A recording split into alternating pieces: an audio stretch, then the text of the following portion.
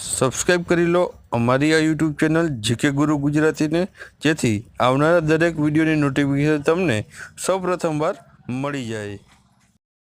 નમસ્કાર મિત્રો, સ્વાગત છે તમારું અમારી આ યુટ્યુબ ચેનલમાં. મિત્રો, આજે આપણે કરંટ અફેર્સ જાન્યુઆરી 2019ના મહત્વપૂર્ણ 30 પ્રશ્નોની વાત કરવાના છીએ, જે તમને આવનારી દરેક સ્પર્ધાત્મક પરીક્ષાઓ માટે ખૂબ જ ઉપયોગી બનવાના છે. મિત્રો, આ વિડીયોને શરૂઆતથી અંત સુધી અવશ્ય નિહાળજો, અને આ વિડીયો પસંદ પડે તો વિડીયોને જરૂરથી લાઇક અને વિડીયોને જરૂરથી તમારા વોટ્સઅપ ગ્રુપમાં એકવાર શેર કરી દેજો. તો ચાલો આપણે જોઈએ કરંટ અફેર્સ 2019 જાન્યુઆરી મહિનાના ટોપ 30 પ્રશ્નોની ચર્ચા કરીએ. પ્રશ્નોની શરૂઆત કરીએ તો પહેલો પ્રશ્ન છે, ભારતના નવા ચૂંટણી કમિશનર તરીકે હાલમાં જ કોની જે નિમણૂક કરવામાં આવી છે? તો મિત્રો, તેનો જવાબ આવે છે ભારતના નવા ચૂંટણી કમિશનર તરીકે હાલમાં જ છે તે સુધીર ભાર્ગવ છે, તેમની નિમણૂક કરવામાં આવેલી છે. ત્યાર પછી બીજો પ્રશ્ન છે, ભારતના નવા ચૂંટણી કમિશનર સુધીર ભાર્ગવ કોના સ્થાને નિમણૂક થયા છે? તો મિત્રો, આ અગાઉ આપણા જે ચૂંટણી કમિશનર હતા આર.કે. માથુર, તેમની જગ્યાએ હવે નવા ચૂંટણી કમિશનર તરીકે આ સુધીર ભાર્ગવ છે, તેમણે સ્થાન લીધું છે. ત્યાર પછી ત્રીજો પ્રશ્ન, ICC women's cricket of the year 2018 અને ICC women's one day cricketer of the year 2018ની વિજેતા મહિલા ખેલાડીનું નામ જણાવો. તો મિત્રો, આ બંને છે જે અચીવમેન્ટ તે છે સ્મૃતિ માંધાને મળવા પામ્યા છે. ત્યાર પછી મિત્રો આપણે જોઈએ તો આગળ ચોથો પ્રશ્ન છે, તો સ્મૃતિ માંધા, જેમને મિત્રો 2 એવોર્ડ મળેલા છે, એક છે ICC women's of the year અને ICC one day women's of the યરના જે 2 એવોર્ડ મળ્યા છે, તે આ સ્મૃતિ માંધાએ ભારતના કયા રાજ્યની તે ખેલાડી રહેલી છે? તો મિત્રો, તે મહારાષ્ટ્ર રાજ્ય છે, ગુજરાતની બાજુમાં, આપણા ગુજરાતની બાજુમાં જ આવેલું છે, તેની આ રહેવાસી રહેલી છે.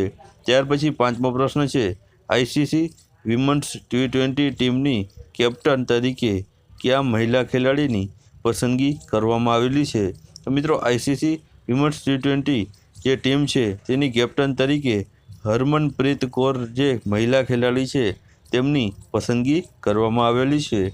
ત્યાર પછી છઠ્ઠો પ્રશ્ન જોઈએ તો ગુજરાતમાં ગુજરાત સરકારના શિક્ષણ બોર્ડની માન્યતા ધરાવતા સ્કૂલોમાં 1 જાન્યુઆરી 2019થી યસ સર અને પ્રેઝન્ટ સરની જગ્યાએ શું બોલવામાં આવશે? તો મિત્રો, આ યસ સર અને પ્રેઝન્ટ સરની જગ્યાએ છે જય હિન્દ કા જય ભારત બોલવાનું જે ગુજરાત સરકારની શિક્ષણ બોર્ડ છે તેમણે આવી 1 જાન્યુઆરી 2019થી જે અમલમાં લાવ્યા છે. ત્યાર પછી મિત્રો હવે આપણે આગળ જોઈએ તો 7મો પ્રશ્ન છે, તાજેતરમાં જ નિમણૂક પામેલા તેલંગાણા રાજ્યના હાઈકોર્ટના મુખ્ય ન્યાયાધીશનું નામ શું છે? તો મિત્રો, તાજેતરમાં જ જે તેલંગાણા રાજ્ય છે તેમાં હાઈકોર્ટ બની છે, તો આ હાઈકોર્ટ છે તે હાઈકોર્ટના પ્રથમ જે મુખ્ય ન્યાયાધીશ છે તેમનું નામ શું છે? તો મિત્રો, પ્રથમ જે મુખ્ય ન્યાયાધીશ છે જે તેલંગાણા રાજ્યના, તેમનું નામ છે ટી.બી. રાધાકૃષ્ણન.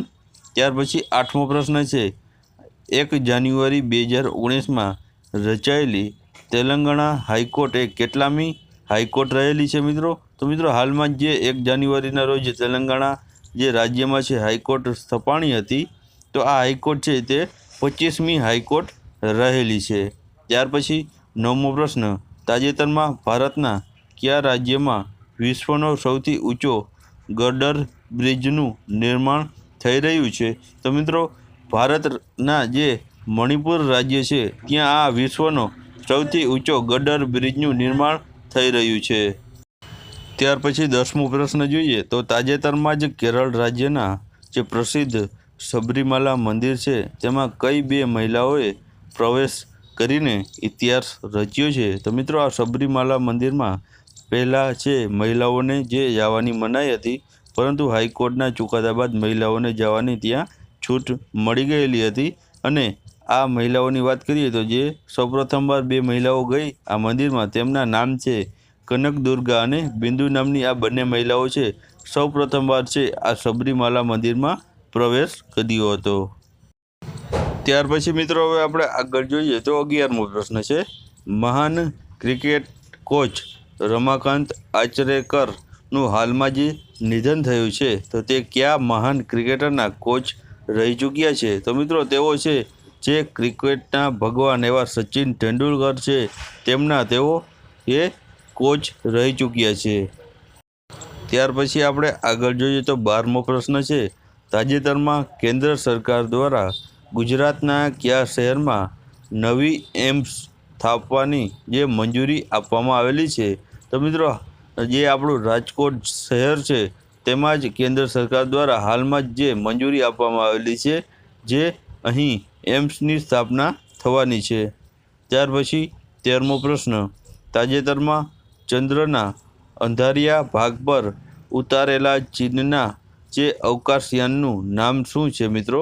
તો મિત્રો આ અંધારિયા ભાગ પર ઉતારેલા ચીનના જે અવકાશયાનનું નામ છે ચાંગઈ-4 નામનું યાન તેમણે ચંદ્રના અંધારિયા ભાગ ઉપર ઉતાર્યું છે। ત્યાર પછી 14મો પ્રશ્ન છે, તાજેતરમાં ગુજરાત રાજ્યના મુખ્યમંત્રી વિજયભાઈ રૂપાણીએ ગુજરાતમાં કઈ જગ્યાએ આવેલા 2 ઐતિહાસિક ગુરુદ્વારાના વિકાસના કામોનું ખાતમુહૂર્ત કર્યું છે?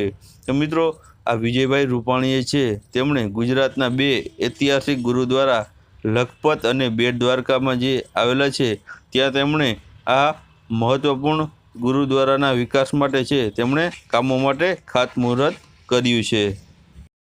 ત્યાર પછી મિત્રો આગળ જોઈએ તો 15મો પ્રશ્ન છે, તાજેતરમાં ગુજરાત રાજ્યના મુખ્યમંત્રી વિજયભાઈ રૂપાણીએ રિજિયોનલ સાયન્સ મ્યુઝિયમનું ક્યાંથી ખાતમુહૂર્ત કર્યું હતું? તો મિત્રો તેમણે છે વિજયભાઈ રૂપાણીએ તેમણે ભુજ ખાતે આ રિજિયોનલ સાયન્સ મ્યુઝિયમ જે બનાવવા માટેનું ખાતમુહૂર્ત તેમણે ભુજ ખાતેથી કર્યું હતું। ત્યાર પછી 16મો પ્રશ્ન છે, વિજયભાઈ રૂપાણીએ કઈ જગ્યાએથી ગરીબ કલ્યાણ મેળાની જે 2019નો તેમણે શુભારંભ કર્યો હતો? તો મિત્રો તેમણે પોરબંદર જિલ્લાથી આ ગરીબ કલ્યાણ મેળો 2019નો શુભારંભ કર્યો હતો અને મિત્રો આ જે ગરીબ કલ્યાણ મેળો છે 2019માં તે 11મો ગરીબ કલ્યાણ મેળો છે અને મિત્રો 2009થી આ ગરીબ કલ્યાણ મેળાની શરૂઆત થઈ હતી। ત્યાર પછી 17મો પ્રશ્ન છે, ભારતની નેવિગેશન સિસ્ટમ કયા નામે ઓળખવામાં આવે છે? તો મિત્રો ભારતની નેવિગેશન સિસ્ટમ છે તે IRNSS અથવા તો નાવિક તરીકે પણ તેમને ઓળખવામાં આવે છે જે ભારતીય નેવિગેશન સિસ્ટમ રહેલી છે। ત્યાર પછી 18મો પ્રશ્ન, તાજેતરમાં કઈ અદાલતે વિજય માલ્યાને ભાગેડુ આર્થિક અપરાધી જાહેર કરવામાં આવ્યો છે? તો મિત્રો મુંબઈની અદાલતે છે આ વિજય માલ્યાને છે ભાગેડુ આર્થિક અપરાધી તરીકે તેમણે જાહેર કર્યો છે। ત્યાર પછી આગળ જોઈએ તો 19મો પ્રશ્ન છે, તાજેતરમાં વિશ્વ બેંકના કાર્યકારી અધ્યક્ષ તરીકે કોની નિમણૂક કરવામાં આવેલી છે? તો મિત્રો તાજેતરમાં જે વિશ્વ બેંકના કાર્યકારી અધ્યક્ષ તરીકે છે તે ક્રિસ્ટીલિના જ્યોર્જિએવા નામની જે વ્યક્તિ છે તેમની આ છે તાજેતરમાં વિશ્વ બેંકના કાર્યકારી અધ્યક્ષ તરીકે નિમણૂક કરવામાં આવેલી છે। ત્યાર પછી 20મો પ્રશ્ન છે, તાજેતરમાં વિજયભાઈ રૂપાણીએ છે કેટલી 108 એમ્બ્યુલન્સનું લોકાર્પણ કર્યું છે? તો મિત્રો વિજયભાઈ રૂપાણી દ્વારા છે 30 જેટલી 108 એમ્બ્યુલન્સનું લોકાર્પણ કર્યું છે। ત્યાર પછી મિત્રો જોઈએ તો 21મો પ્રશ્ન, વિશ્વનો સૌથી મોટો 5000 મેગાવોટનો સોલર પાર્ક ગુજરાતના કયા સ્થળે સ્થાપવામાં આવશે? તો મિત્રો આ વિશ્વનો સૌથી મોટો 5000 મેગાવોટનો સોલર પાર્ક છે તે ગુજરાતના ધોલેરા ખાતે સ્થાપવામાં આવવાનો છે। ત્યાર પછી 22મો પ્રશ્ન, ખેલો ઇન્ડિયા યુથ ગેમ્સ 2019નું આયોજન ક્યાં થયું હતું? તો મિત્રો આ ખેલો ઇન્ડિયા યુથ ગેમ્સ 2019નું આયોજન છે તે પુણે ખાતેથી કરવામાં આવ્યું હતું। ત્યાર પછી મિત્રો આગળ જોઈએ તો 23મો પ્રશ્ન છે, ખેલો ઇન્ડિયા યુથ ગેમ્સ 2019ની થીમ શું રહેલી છે? તો મિત્રો આ ખેલો ઇન્ડિયા યુથ ગેમ્સ 2019ની થીમ છે હમ ફિટ તો ઇન્ડિયા ફિટ તેમની થીમ રહેલી છે। ત્યાર પછી 24મો પ્રશ્ન, દર વર્ષે ભારતમાં થલ સેના દિવસની ઉજવણી ક્યારે કરવામાં આવે છે? તો મિત્રો 15 જાન્યુઆરીના દિવસે દર વર્ષે ભારતમાં થલ સેના દિવસની ઉજવણી કરવામાં આવે છે। ત્યાર પછી 25મો પ્રશ્ન છે, વિશ્વનો સૌથી ધાર્મિક અને આધ્યાત્મિક કુંભ મેળો 2019નું જે આયોજન છે તે ક્યાં કરવામાં આવ્યું છે? તો મિત્રો આ વિશ્વનો સૌથી ધાર્મિક અને આધ્યાત્મિક કુંભ મેળાનું 2019નું જે આયોજન છે તે ઉત્તર પ્રદેશના પ્રયાગરાજમાં કરવામાં આવ્યું છે। ત્યાર પછી આપણે જોઈએ તો 26મો પ્રશ્ન છે, તાજેતરમાં ગુજરાતના કયા શહેરમાં શોપિંગ ફેસ્ટિવલ 2019નું જે આયોજન કરવામાં આવ્યું છે? તો મિત્રો અમદાવાદ શહેરમાં છે આ છે શોપિંગ ફેસ્ટિવલ 2019નું જે આયોજન કરવામાં આવ્યું હતું। ત્યાર પછી જોઈએ તો 27મો પ્રશ્ન, તાજેતરમાં કેટલામાં વાઇબ્રન્ટ સમિટનું આયોજન ગુજરાતમાં થયું હતું? તો મિત્રો તાજેતરમાં જે વાઇબ્રન્ટ સમિટનું આયોજન થયું હતું 2019માં તે ગુજરાતમાં 9મું જે આયોજન થયું હતું। ત્યાર પછી 28મો પ્રશ્ન, વાઇબ્રન્ટ સમિટ 2019માં કેટલા દેશોએ પાર્ટનર કન્ટ્રી તરીકે જોડાયા હતા મિત્રો? તો મિત્રો 15 જેટલા દેશો છે આ વાઇબ્રન્ટ સમિટ 2019માં છે પાર્ટનર કન્ટ્રી તરીકે જોડાયા હતા। ત્યાર પછી 29મો પ્રશ્ન, બિન અનામત વર્ગને અનામત આપનાર દેશનું પ્રથમ રાજ્ય કયું બન્યું છે મિત્રો?